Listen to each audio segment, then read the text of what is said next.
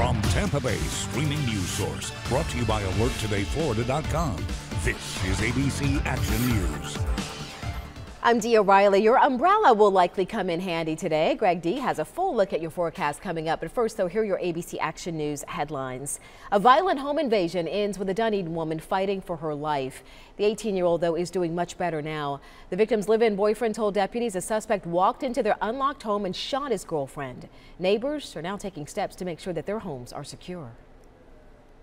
Yeah, no, and I've already looked and walked around the house, told everybody lock their doors, called my neighbor down the street, said kind of, lock your doors, just be aware. There were kids walking up and down. I'm like, just be cautious what you're doing.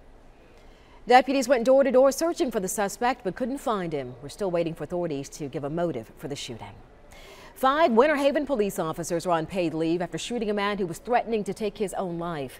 When officers arrived at the Royal Inn yesterday morning, they say the man told them that he was going to turn the gun on them, and that's when they shot him multiple times. The man, though, is expected to survive.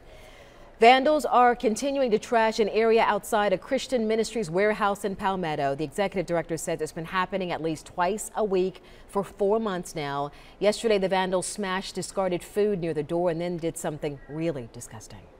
What they ended up doing was emptying the trash can like they usually do, but this time on the pile of mess that they made, they urinated all over it. And that includes, I think, targeting our door because it looks like it's come underneath the door as well. The charity says on top of feeding the homeless 16 hours a day, they then had to spend time cleaning up the mess.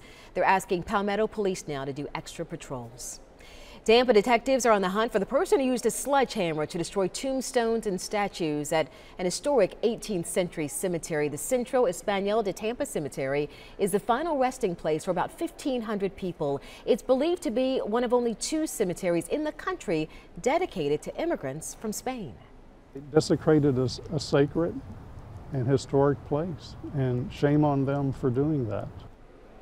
Hillsborough County recently awarded the cemetery $85,000 for improvements. Some of that money may now be used to heighten security. I want to check in now with Greg for a look at our forecast. Another good day to carry that umbrella nearby. We're seeing showers developing all across the Bay Area, and those will continue into the afternoon. Just like yesterday, once the rain gets going, it'll be very hit and miss. Your yard may get rained on a couple of times for 5 minutes with heavy downpours. The temperatures are going to come down during the afternoon with more clouds and more scattered showers. Even though the temperature may be in the 80s, it'll still feel like the 90s because of the high humidity.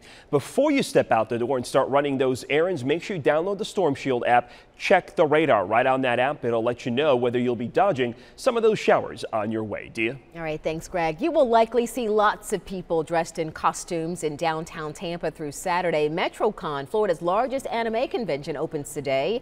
12,000 people are expected to attend the 4-day convention. Events include a masquerade dance party, human chess match, and anime music video competition. Well, you can now get updates all day long on your favorite streaming device. And don't forget to download the free ABC Action News app to receive breaking news alerts. This ABC Action News Brief was brought to you by AlertFloridaToday.com. Pedestrians, make yourself visible. Wear bright, reflective colors, especially at night, because safety doesn't happen by accident.